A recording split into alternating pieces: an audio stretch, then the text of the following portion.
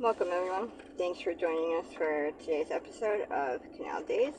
As always, I am your host Carrie, along with my co-host, founder of Historical Tours of Greater Holyoke, Robert Kumo. Our Canal Days series delves into the vast collection of historical sites throughout Massachusetts with Robert's expertise of the local history as our personal guide.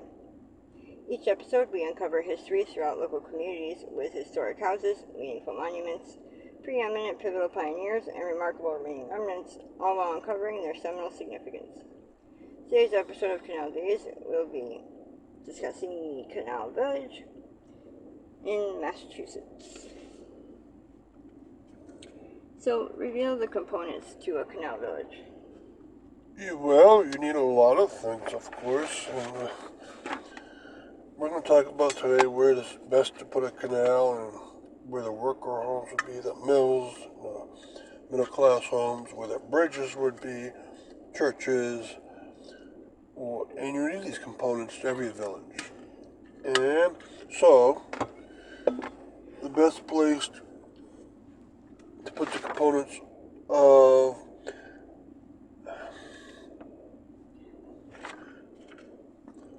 of a canal village are all the following. You need to have a river that has a lot of fast flowing water, and you need to make sure that you put a canal so its water is deflected into it from the river. So you need to build up a dam, and then you need to put the mills in there, 1 up to 100, and then you need worker homes nearby because they're not going to have cars. Yeah, there were no cars during the 1800s that these workers could have. And you need to put worker homes that are close and well built, fit up to thousands of workers. In the case of Ludlow, they had 5,000 workers associated with one company. And thus, you need stores nearby and with low-cost materials. You need churches. You need to have parks and schools. So a canal village is going to have everything you need. And a lot of times you can actually tell where these villages are in Massachusetts, because Massachusetts, being the center of the Industrial Revolution, has a lot of canals, a lot of canal villages. Just look for these components. You have a river, so you need a bridge to get to the other sides. And look where the churches are. Look where the falls are, because you want to be near a falls. Look where the worker homes are, the mills are. And that's where you're going to find a canal village, whether it's highly functional still or not, whether remnants are still there or not. You want to look for these components and try to pick out where it was. Now, around Massachusetts, there's a lot of these, and they're easy to pick out. But there are a few in other places, too.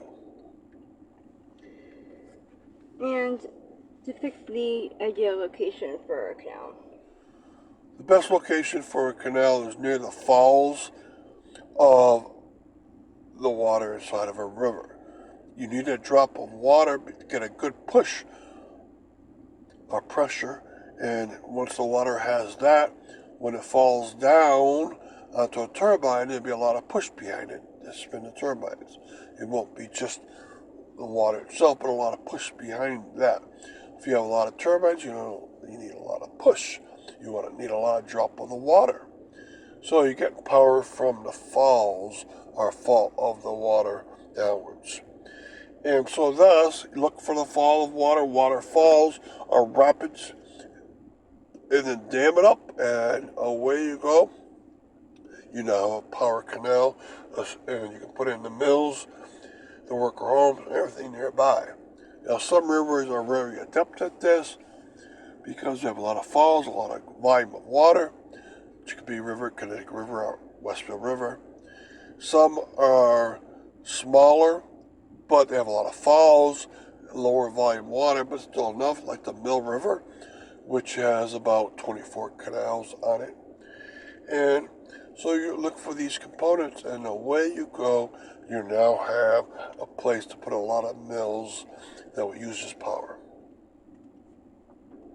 And stick around, we'll be right back after a quick announcement. 「 Canal 」 Canal 」 Canal 」 Canal 」 Canal 」 Canal 」 Canal 」 Canal 」 Canal 」 Canal 」 Canal 」 Canal 」 Canal 」 Canal 」 Canal 」 Canal 」 Canal 」 Canal 」 Canal 」 Canal « Are you fascinated by local history and eager to investigate the obscure treasures off the beaten path throughout the state of Massachusetts? Or maybe just seeking an unforgettable cultural activity for family and friends to enjoy? Look no further than Historical Tours of Greater Holyoke, founded by Robert Camus.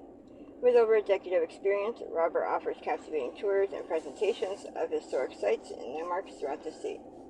Whether you're interested in canals, cemeteries, charming churches, or more, Robert's tours provide a unique and enriching experience for all. And that's not it. You can also schedule private tours tailored to your interests, ensuring a personalized adventure and unforgettable memories. Perfect for families or groups of all sizes, making for an exciting hands-on learning experience that brings history to life. Simply visit holyokecanaltour.org or email bobcat4214 @yahoo.com to book your private tour today. So getting back to our podcast, describe where the workers' homes are located. They typically need to be very close to the mills because the workers have to walk to the mills many times a day, not just in the morning, but also at lunch they go back home, back to the mill, and at night they'll do the same thing. So you want to have available to them a fine location, a close location, and since you're building their houses for them, we're going to make them rather uniform, and so thus look for the uniformity of worker homes close to these old mills or close to rapids in the water or falls, and you probably have old worker homes there. So a lot of different situations. A lot of mills were made in the 1800s, but even 120 years later, you could still figure out where there must have been a canal or a dam or all these mills because of the evidence they laid behind. And suggest where would be a prime area to build the mills. Alright, now you could put the canal in front of the mills, but that's only going to serve one mill at a time. And you can only use a water wheel, an overshoot or undershoot water wheel made out of wood. If you put the canal behind the mills, so the mills are between the canal and the river, then you can use that water many times over. If one mill uses a lot at one time, the other one uses a little bit, then they'll get along.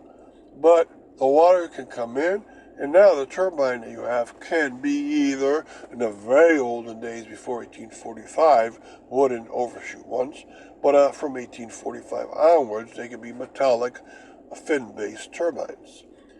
And you can, with the canal water behind the mill, you can supply a lot of them. Now, even after the canal days are done with, you have a hole in the ground that moves water, and you have a falls or rapid.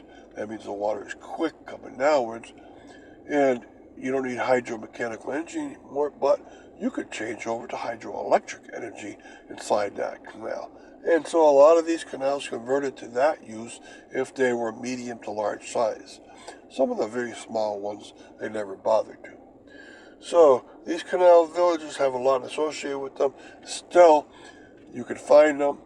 You can even follow where the smaller or medium-sized hydroelectric stations are. And maybe you're in that old canal with a village around it. And so there's a lot to look out for. And you can actually go off on your own and try to figure out, maybe there was something here. If you see uniformity next to rapids or waterfall, maybe there's something there. So you can explore on your own. And thank you for listening to Canal Days and our episode on the Canal Village in Massachusetts, and joining us on our journey to the rich history of the Connecticut River Valley. We hope you enjoyed uncovering some of the hidden and overlooked marvels and their fascinating stories that shaped our past and the state of Massachusetts. A special thanks to Robert Camus, founder of Historical Tours of Greater Holyoke, for sharing his passion and expertise with us. Remember, you can find more information about Robert's tours, book private tours, and explore the Canal Days video and podcast series at holyokecanaltour.org. And if you enjoyed today's episode, please like, comment, and share. We'd love to hear your thoughts and suggestions for future episodes. Don't forget to keep exploring and discovering history that is hidden in plain sight all around you. Thanks for listening, and don't forget to tune into our next episode of Canal Days